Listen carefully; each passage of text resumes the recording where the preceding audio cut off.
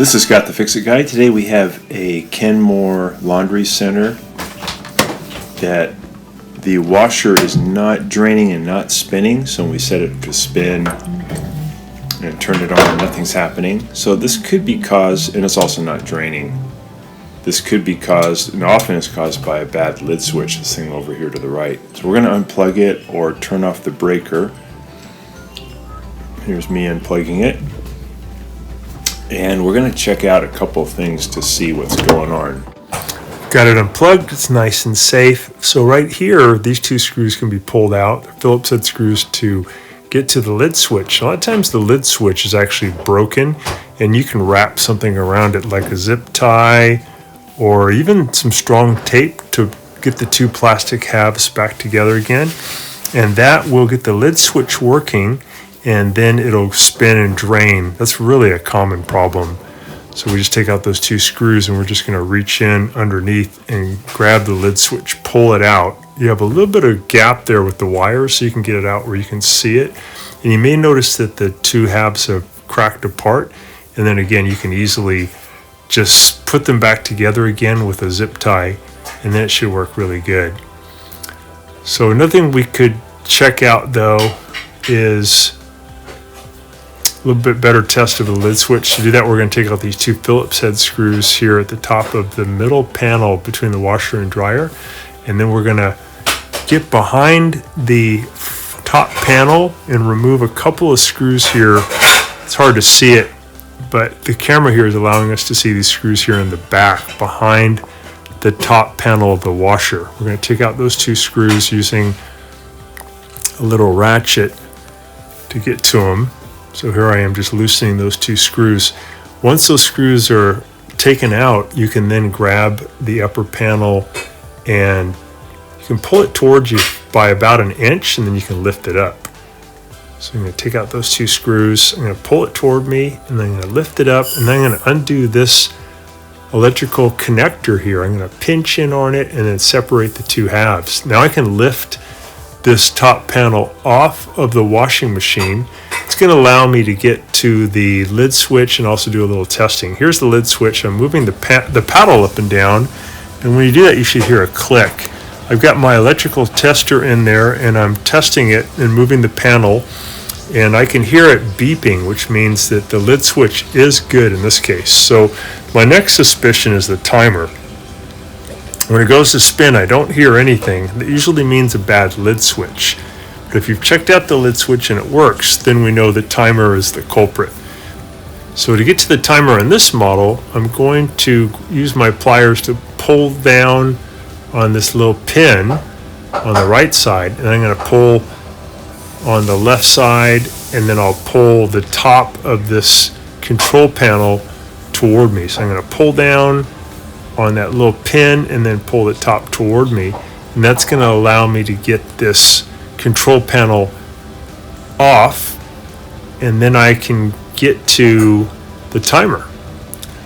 The timer is here on the left hand side, and to get the timer out, we're going to do a couple things to loosen it. I'm going to get this electrical connector off. I'll lift up on this tab, and then I'll wiggle this big electrical connector off of the timer. And I'm going to use my needle nose pliers to pull up on this pin that's right in the middle of the timer. By pulling it toward me, it'll release that knob on the front. I can pull the knob off, and then I can pull the knob underneath off. So get those off, and then to get the timer off, I have to remove a 1/4 inch screw here on the right side of the timer, and then should be able to get this timer off. So wiggle it off,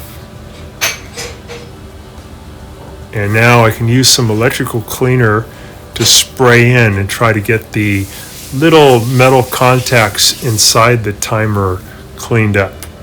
So you can get this electrical cleaner online. You can even get it at Home Depot in the electrical section, and it comes with a little red tube that you can use to spray in to the timer You want to get any hole that you can see in the timer, just spray the stuff in, and then take the timer and turn it by hand, the timer stem, and then spray in some more, turn it some more, and keep doing that so the cleaner can get on all these little metal contacts and clean the carbon deposits off. Usually the spin one gets so much use that it develops some carbon and then no longer gives it a good electrical connection. So cleaning it up can really do a good service to get it spinning. You can also end up replacing the timer, and that'll certainly fix it. But a lot of times just cleaning it will do the trick. So I've sprayed in quite a bit of cleaner. I moved the dial back and forth numerous times and then did it one more time with more cleaner, and eventually it was enough to clean those contacts for the spin sequence. And then I just put the timer back into position and then reattached everything.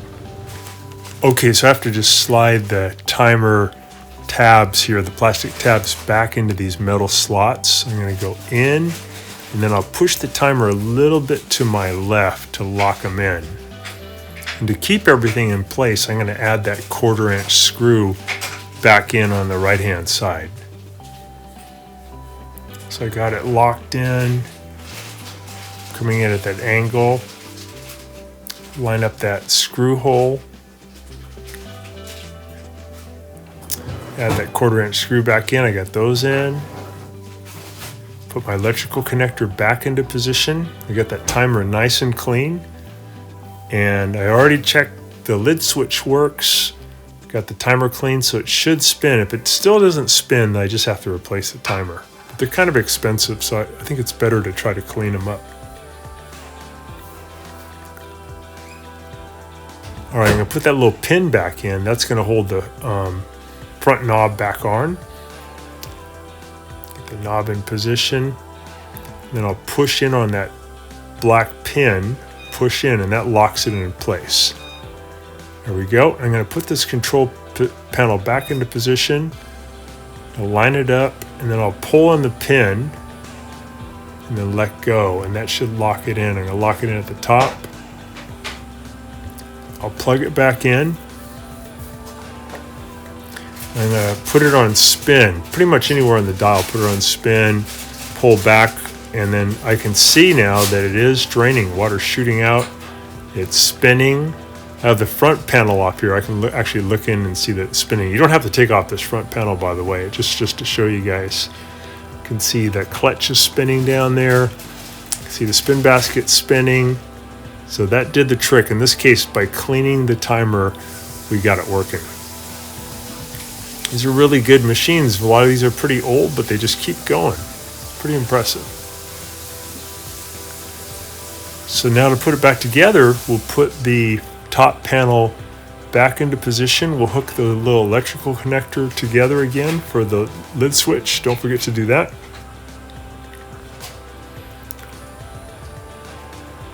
Push those two back together.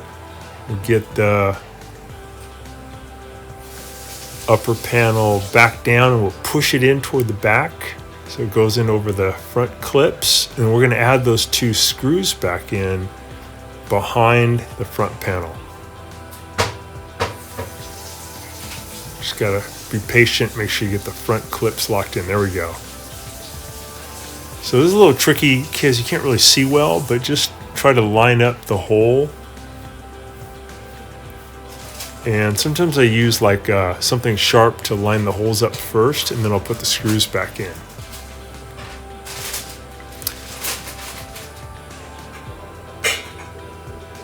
And using a magnetic driver here helps. Now I'm going to put the middle panel back on. Add those Phillips head screws in.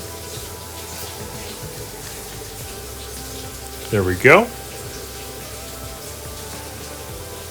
And then I'll set it for spin. And again, it's working good. Draining, spinning really well.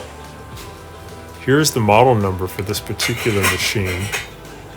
So I hope this has helped you guys, and yours is working now, and hope you get a chance to subscribe to our channel. It really helps us. Thanks so much for watching our video today. I hope that this video has saved you some time and money. And if so, could you please press down in the video description below the donation link and send us a donation so we can keep this service going. Thanks again. And if you have any questions about this repair, could you contact me at scottthefixitguy@yahoo.com. So thanks again for watching, and we'll see you on the next one.